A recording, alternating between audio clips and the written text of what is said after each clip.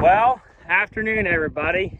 Boy, it has been a long time since I've had the time to put a YouTube video together. I did not realize how much work it could be.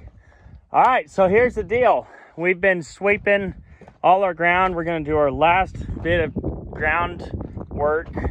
Probably we're looking at the first week of August. The reason we do that is because we finish off plowing with our sweep plows, and then we let that ground sit for about an hour, golly. We let it sit for about a month, and we let weeds come up, we let things kind of grow back, and then we spray some chemical on it with a residual that will keep things extremely clean till usually the last week of September is when we start hammering down with wheat. So here's the deal. I've got there it is, the old four-wheel drive sitting there. We have got a new four-wheel drive, well, new to us, coming to the farm today. It is a 9410R 2013 model, exactly the same age as this one here, and it's a very low hour machine for its age. And so we got it coming, and obviously by the time I post this, Instagram is going to know. But yeah, I'm really excited. My dealer, our salesman, he called me and said, hey, this is what I've got showing up to the lot today. And honestly told him we weren't interested because that's not on high priority on the list for us on things we need to purchase in order to move forward. Another piece of information that I guess y'all should know is Dad picked up about 1,400 acres of land plus what we farm now. And so that has really boosted our acreage, and we're having to really consider a lot of things that we're going to have to purchase in the near future to be able to keep up with that much land. So that includes possibly a new to us four-wheel drive, because although that machine, that 9300, has served us well, I think we bought it nearly practically brand new back in 2001. It's probably 20 years old by now, at least, if not older.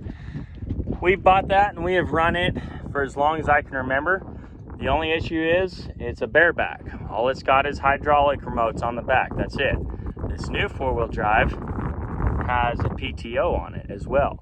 And to that is very useful for us because this tractor here, it serves as our grain cart tractor and our planter tractor. So during the summer when we're planting milo, it has two jobs it needs to be doing. And last year, I think I switched over from grain cart to planter 3 times because we'd cut a little bit, then we'd plant a little bit, we'd cut a little bit, and we'd plant a little bit because it kept raining, right?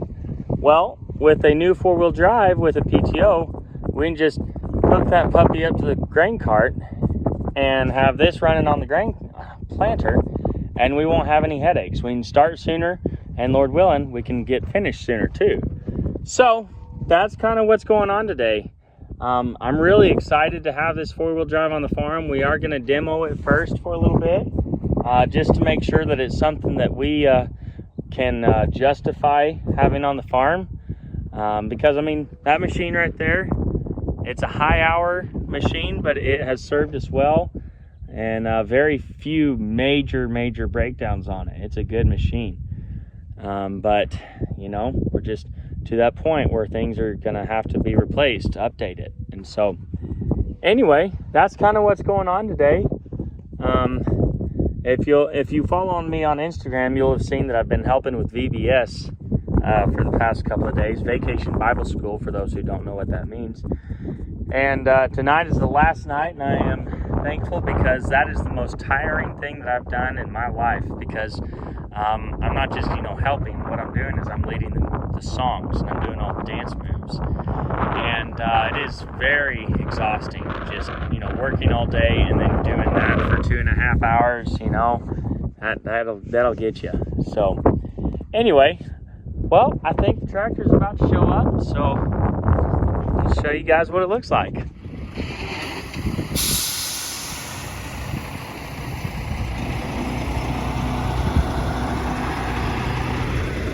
Well, here Here she be. 9410R with about 2,300 hours on her. It's not bad at all.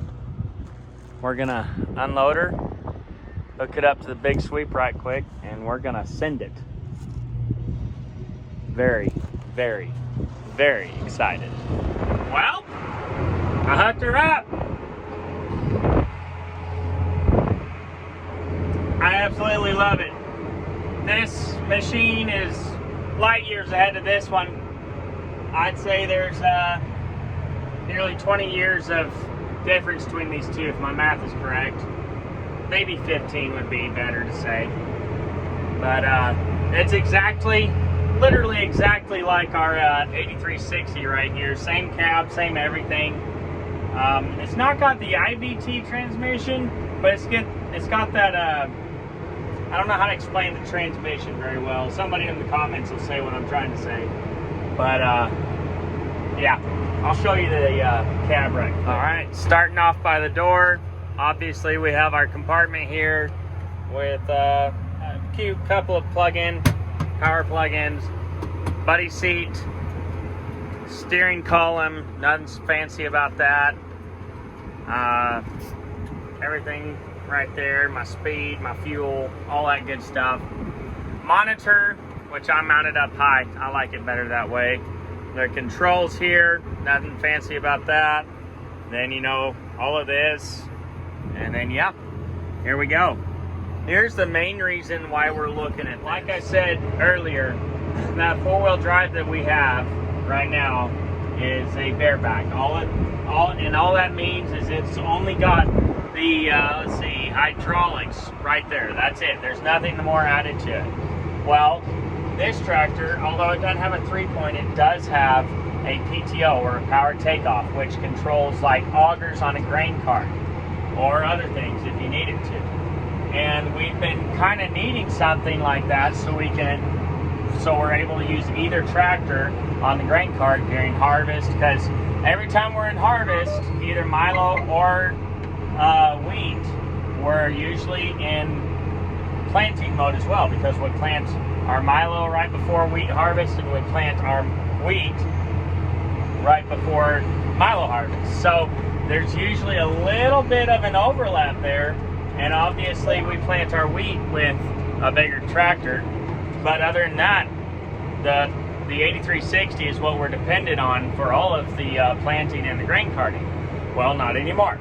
I know this isn't the most superb tractor to use on a grain cart. I would much rather have an IVT transmission, but just for the versatility of having that PTO, that is the main reason that we're even really looking at this.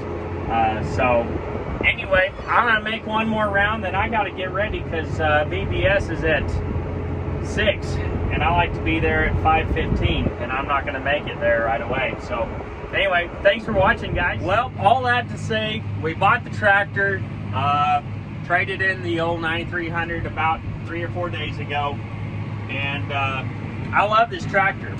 Now, I know that there's a lot of issues with these 13.5 engines. I was told plenty before we even bought the machine through different social media platforms, and we understand that.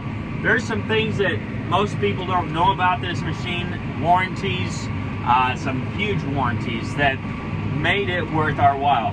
And like I said before, the big deal with this tractor is the PTO.